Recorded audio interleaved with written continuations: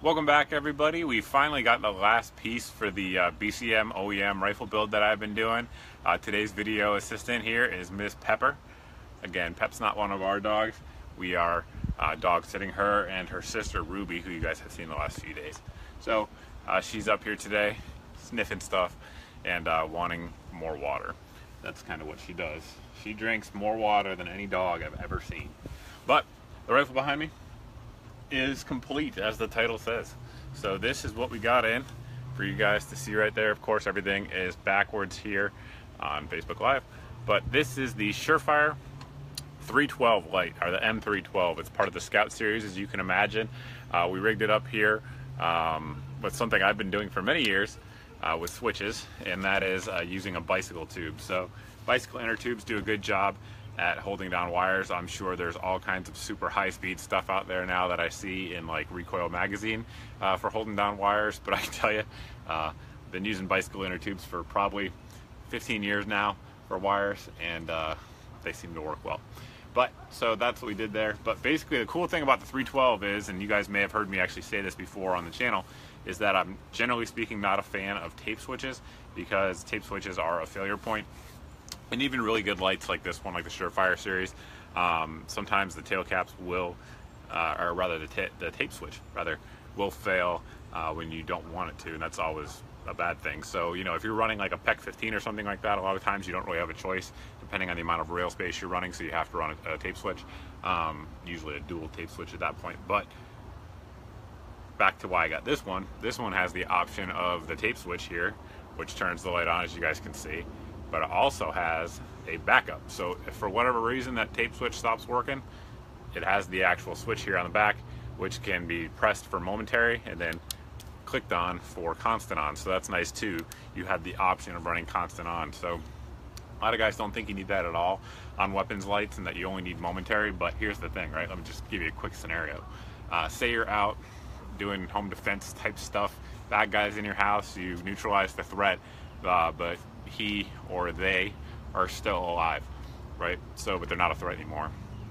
At that point, you're going to want to run that constant on, so that way you don't have to keep your thumb up there always with your running your tape switch, because you're going to need your hand for other things, i.e. dialing 911, maybe going and grabbing something, i.e. their gun, taking their gun from them, something like that. So the ability to have the constant on is important on a weapon light, my personal opinion, but I do like having the option, if you're going to run a tape switch, of the backup just in case. So that makes me feel good on the inside. But it comes with the mount there for 1913 style rail. As you guys can see, we mounted it up there on top.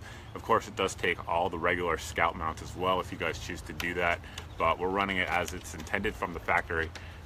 So that will be used on this gun throughout the review process going forward. Dogs are wrestling off camera. Ruby, stop. There's a live video going on. She doesn't care about the video. Anyway, so that is it. That is the last piece of this rifle. So basically the build, for those that are new to the channel here, is the BCM OEM rifle that was on sale for like 800 bucks or 820 or something like that on Brownells last week, for those of you guys that caught it. So it's the OEM rifle, add in the Geissele MK or Mark 14 rail, 15-inch with the M-Lock slots, Arisaka M-Lock BFG, Spike's Tactical Gen 2 sights, which are really, really nice. I'm definitely a fan of them so far. Trijicon MRO Patrol, which, by the way, if you guys didn't watch last night's live video, go check it out. We're giving away an MRO, so check that out for the contest for how to enter.